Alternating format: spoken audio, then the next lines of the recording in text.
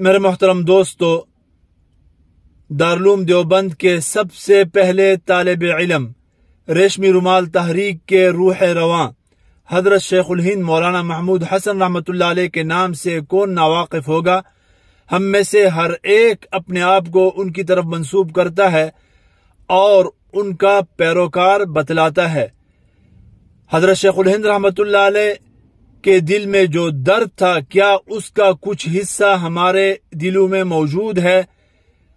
وہ کیا درد تھا کہ دو طبقوں کو، دارالعلوم دیوبند سے اور مدارس سے وابستہ لوگوں اور طالب علموں کو، اور اسکولوں، کالجوں اور یونیورسٹیوں میں، جامعات میں پڑھنے والے طلبہ اور اساتذہ کو جو آپس میں جوڑنا چاہتے تھے، یہ جو ان کے دل میں درد تھا اور فکر تھی، کیا ہمارے دل میں یہ فکر موجود ہے؟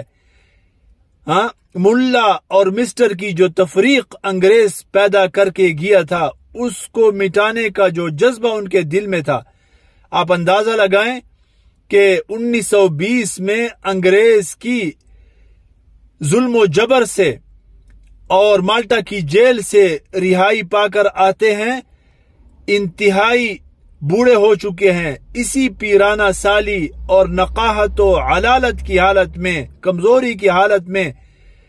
جامعہ ملیہ علی گڑھ تشریف لے جاتے ہیں اور وہاں کے طلبہ سے، اسٹوڈنٹ سے مخاطب ہوتے ہیں۔ معرکۃ الآراء خطبہ ہے، ان کے الفاظ کے اوپر انسان غور کرے، اردو ادب کے بھی بہترین الفاظ ہیں اور بہت بڑے معانی اپنے اندر لیے ہوئے ہیں۔ چنانچہ فرماتے ہیں، اے نو نہالان وطن، جب میں نے دیکھا کہ میرے اس درد کے غمخوار کہ جس سے میری ہڈیاں پگھلی جا رہی ہیں، مدرسوں اور خانقاہوں میں کم اور اسکولوں اور کالجوں میں زیادہ ہیں، تو میں نے اور میرے چند مخلص احباب نے ایک قدم علی گڑھ کی طرف بڑھایا، اور اس طرح ہم نے ہندوستان کے دو تاریخی مقاموں یعنی مدرسہ دیوبند اور علی گڑھ کا رشتہ جوڑا۔ آگے فرماتے ہیں کہ کچھ بعید نہیں کہ بہت سے نیک نیت بزرگ میرے اس سفر پر نکتہ چینی کریں اور مجھے اپنے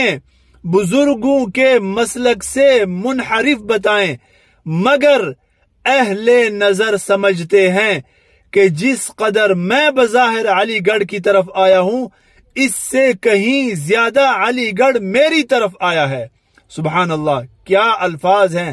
اور کیا درد چھپا ہوا ہے ان الفاظ میں۔ ہمیں بھی ذرا سوچنا چاہیے، کیا ہم نے حضرت شیخ الہند رحمۃ اللہ علیہ کی فکر کو اپنایا ہے یا صرف بس زبانی نام لیتے ہیں؟